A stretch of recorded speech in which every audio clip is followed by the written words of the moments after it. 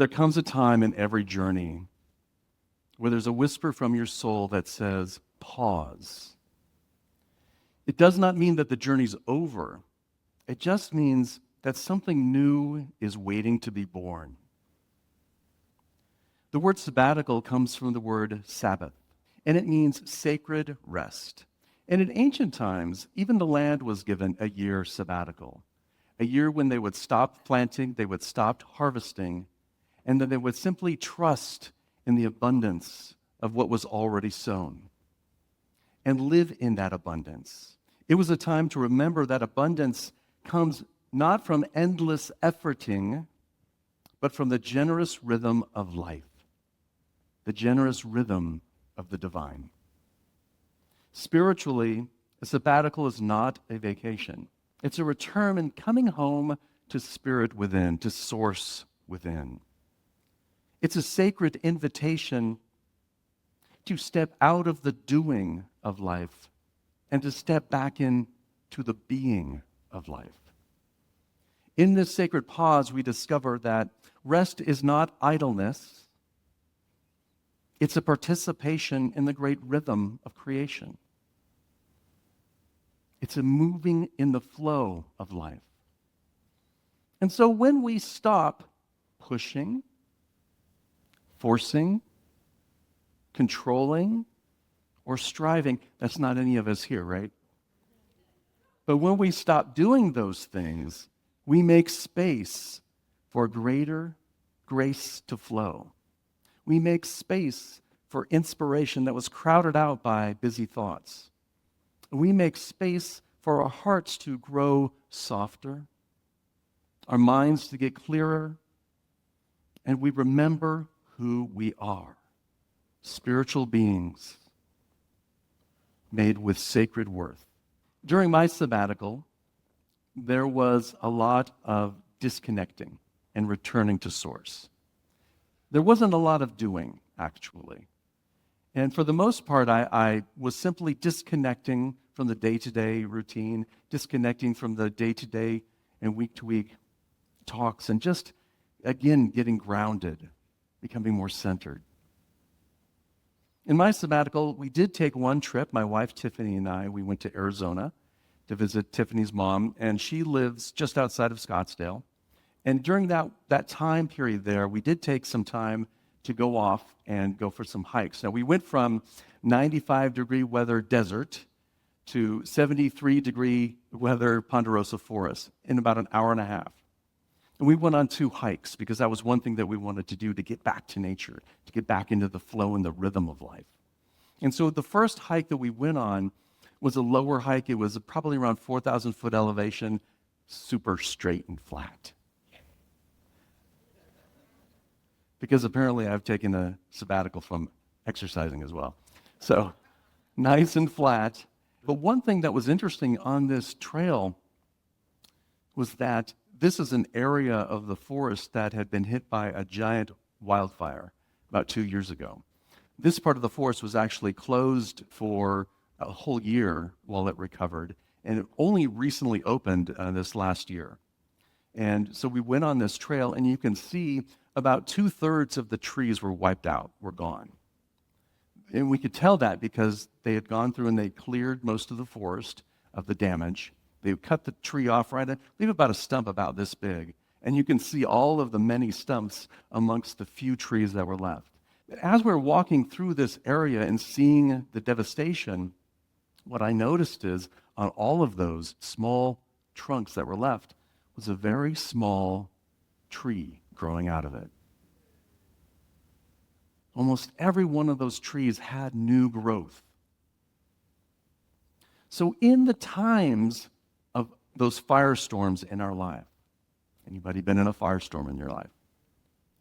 In those times when things seem bleak, when things rush through our lives and seem to upset it all, after that comes the sabbatical, the sacred rest, the clearing away of all of the stress and strain, the clearing away of our minds from all of the traumas that have occurred, and allowing in that peace new growth to emerge.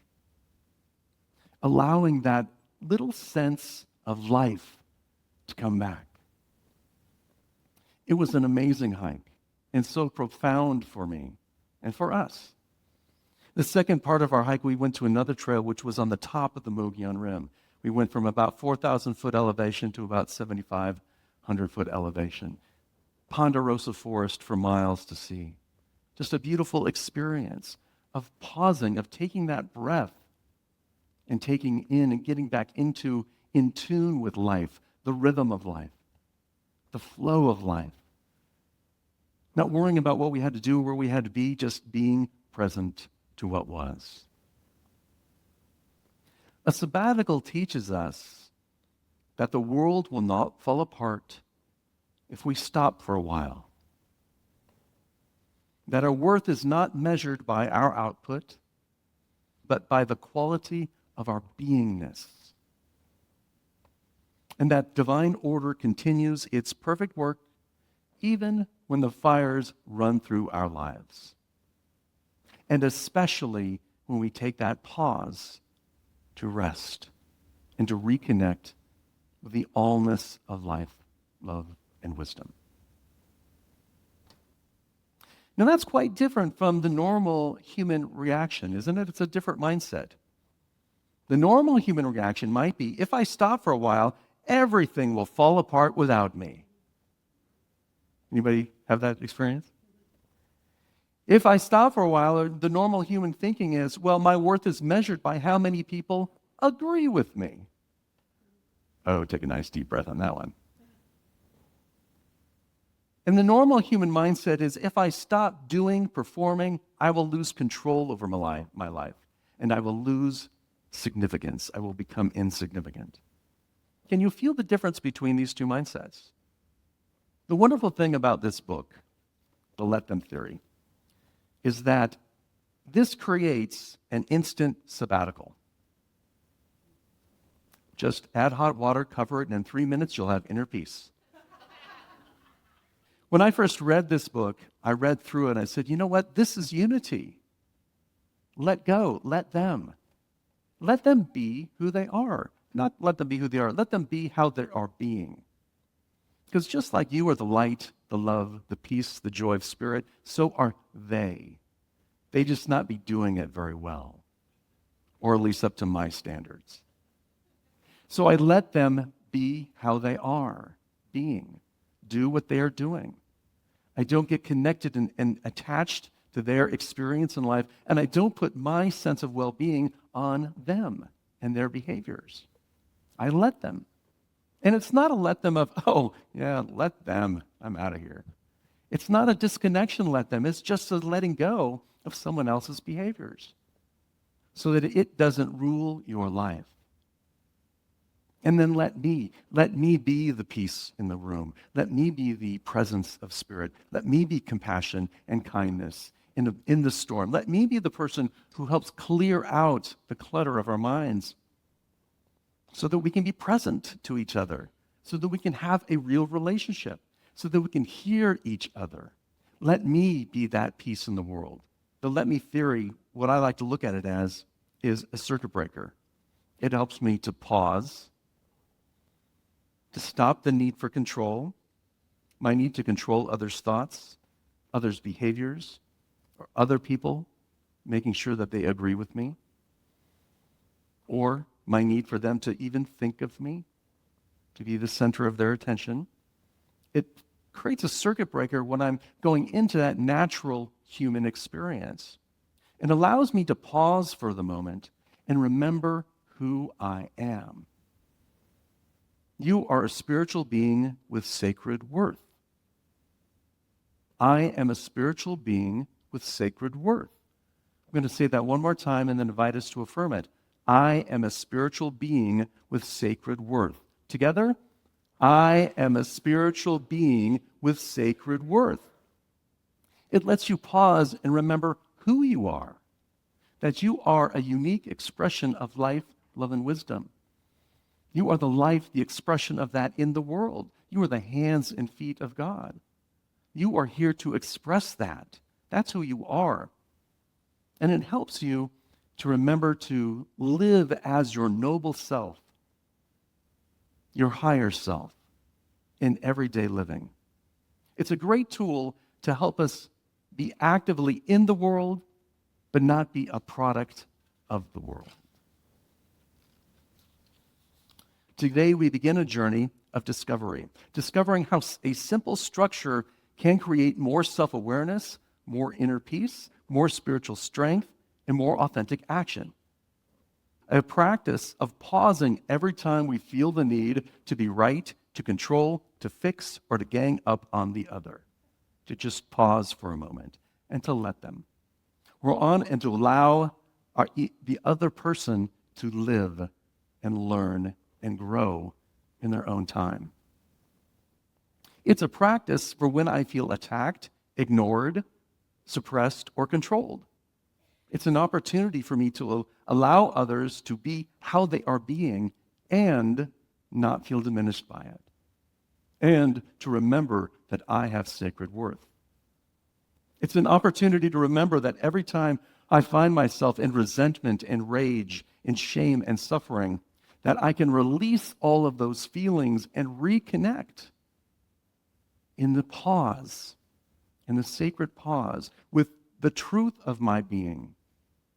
Reconnect with the truth of my spiritual being, knowing that I am who I've come here to be, allowing myself to be my authentic me. It's really unity principles.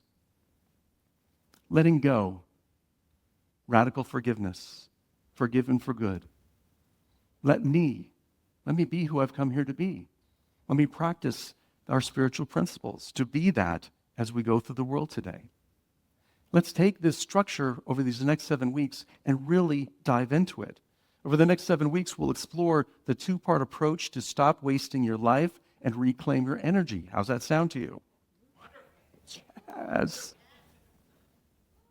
To managing stress and fear of OPO.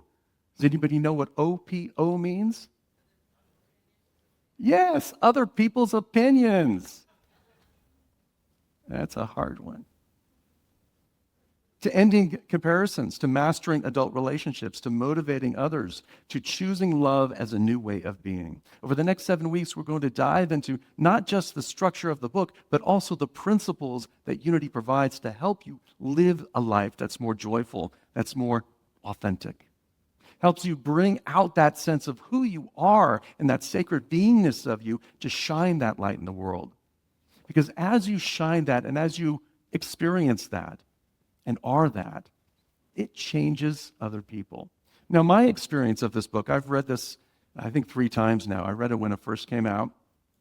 I heard the podcast when Mel did her first podcast. And I thought, this is fantastic. And I started practicing it. And it was a great circuit breaker. Every time I started to get triggered by someone, I would pause and say, wait a minute, why am I so connected? Why am I so resistant to what is? Why am I pushing back on this? Why am I connected to what they're saying? Just let go. Just let them. Why am I trying to control how they're experiencing life or expressing life in this moment? I have no idea what's going on in their life right now. I barely have any clue about what's going on in my life right now. Anybody have that experience? Yeah. So let them. And then let yourself come back to presence. Let yourself come back to that spiritual magnificence that is within you. That's our journey in these coming 7 weeks. To support our journey, of course, there's the Sunday talk. We'll have a talk based on the book every step of the way. We have small groups, and there's still space. You can sign up online or in the courtyard. We will have a weekly email Let Them letter. We have reading companions. We have guides for our small groups, and they'll also be on our website later on this afternoon. We have all of this for us to go on this journey together because we are in need of learning how to live with people that we do not agree with. We are in a time when we have to have a clearer mind, to have a deeper understanding of what other people are thinking, so that we can be clear about what we're thinking and connect with them rather than push them away.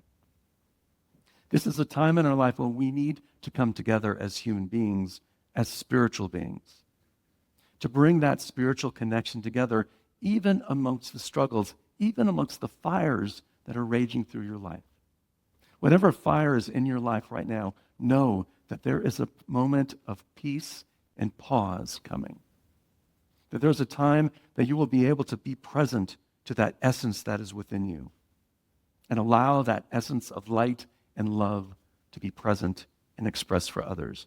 And all you have to do today is decide, is choose to do it for you, for your relationships, for your family, for your friendships, for your own sense of well-being.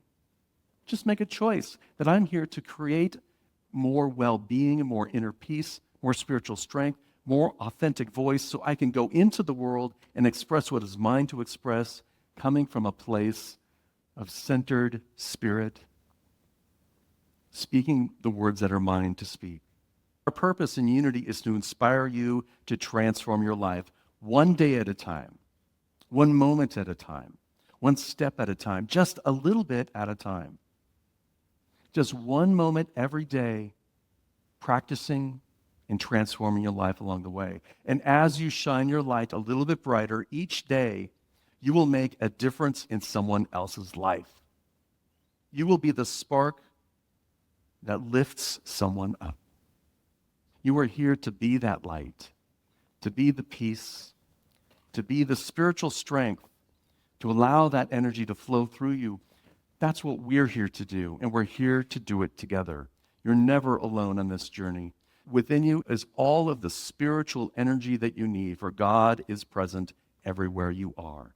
And whether you call it God or isness or divine mind or infinite intelligence or the allness of life or divine love, that energy, those ideas are with you, moving in through and as you every day.